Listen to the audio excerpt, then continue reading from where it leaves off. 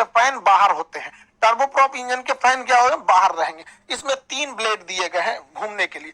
जबकि तुर्की का जो TB2 ड्रोन था उसमें 2 ही विंग्स थे, 2 ही फैन है घूमने के लिए, इसमें 3 फैन है। जो तुर्की ने पूरी दुनिया में हल्ला कर दिया कि उसी का ड्रोन सबसे बढ़िया है। उसका जो ड्रोन है उसमें 2 ही विंग लगे हुए हैं। हम लोग का जो ड्रोन है उसका जो इंजन है वो ज्यादा पावरफुल है। वो 3 टर्बो ब्लेड है, उसमें 130 किलोवाट ये जनरेट करेगा, इतना इसका पावर है। जबकि तुर्की का जो TB2 ड्रोन था वो 75 किलोवाट ही जनरेट करता था। ये तुर्की का यही ड्रोन है जो अजरबैजान की लड़ाई में पूरी तरह से तख्ता पलट कर दिया था, या ये यूक्रेन की सेना का पूरा मदद किया था यही TB2 ड्रोन। इस ड्रोन की जो सर्विस सीलिंग है, जब ऊंचाई होती है उसे सर्विस सीलिंग टेक्निकल भाषा में बोला जाता है, 35,000 फीट है।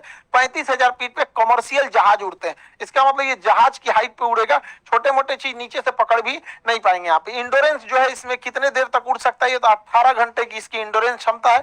रेंज जो है ये 1000 किलोमीटर तक जाकर हमला कर सकता है। यहाँ पे इसकी रफ्तार 350 किलोमीटर प्रति घंटा बताई गई है यहाँ पे। अभी इसकी रफ्तार, इंजन और स्मूथ होंगे। इसके खाली वजन, केवल मतलब जो जहाज का वजन है, इस ड्रोन जो है, इस ड्रोन का अकेले वजन 1800 केजी है, लेकिन यह ले जा सकता है 350 केजी का पेलोड।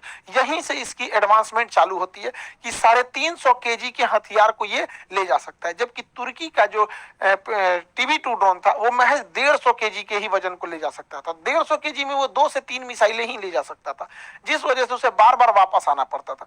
दूसरा, ये एक राफेल में मतलब 50 राफेल खरीद, इसको एक राफेल में ये 50 ठो आ जाएगा। और तगड़ा एकदम खतरनाक, जिसका कोई अभी रेट डिस्क्लोज नहीं होता है ये डिफेंस के चीजों की, इसलिए हम लोग इसका अंदाजा लगा सकते हैं, लेकिन ये बहुत सस्ता होता है।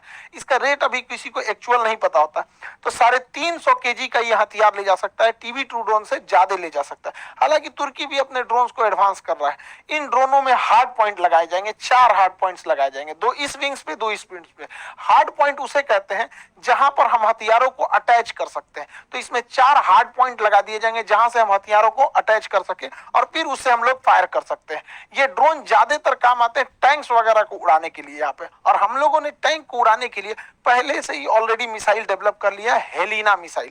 हेलिना मिसाइल टैंक्स के लिए एकदम घातक साबित होती है। अब हेलिना मिसाइल अकेले का वजन 50 केजी है। एक हेलिना मिसाइल का वजन 50 केजी है। तो अगर हम 7 ठो हेलिना मिसाइल लाद देते हैं तो 350 केजी टोटल वेट हो जाता है। और आपको पता है कि इसकी क्षमता ही जो है वो 350 केजी उठाने की है। यानी हम लोग एक साथ 7 हेलिना मिसाइल छोड़ सकते हैं।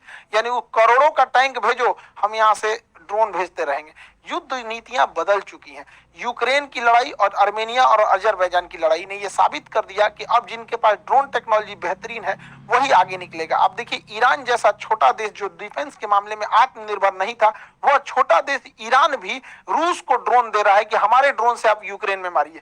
तुर्की जो हथियार के निर्यात में उतना नहीं प्रसिद्ध था, लेकिन उसने भी यूक्रेन को दिया मारने के लिए, और ये ड्रोन तख्ता पलट कर दिए, पूरी तरह से माहौल बदल दिए। ये ड्रोन बहुत सस्ते होते हैं। मेन